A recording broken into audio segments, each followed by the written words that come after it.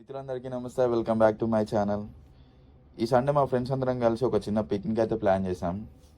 మాకు దగ్గరలో rock creek అనే పార్క్ ఉంటుంది, సో అక్కడికైతే వెళ్దాము. మంచి వెదర్, చల్లని గాలి, ఎటు చూసిన చెట్లు, ఫెల్ లైక్ ఎ పర్ఫెక్ట్ డే అనిపించింది. ఈ పార్క్లో ఒక పెద్ద బ్యాక్ వాటర్ చెరువు కూడా ఉన్నది దీనికి అటాచ్డ్గా. ఇక్కడ జనాలు ఫిషింగ్ కూడా చేస్తున్నారు. అమెరికాలో ఫిషింగ్ చేయాలంటే లైసెన్స్ ఉండాలి, అది మనకు ఎలాగో లేదు. సో వాళ్ళు చేస్తుంటే మనం చూడాలంతే. ఇంట్లోనే ఫుడ్ అంతా ప్రిపేర్ చేసుకొని బయలుదేరాం. ఇక్కడ మన ఇండియాలో ఉన్నంత ఫ్రీడమ్ ఉండదు ఎలాగో.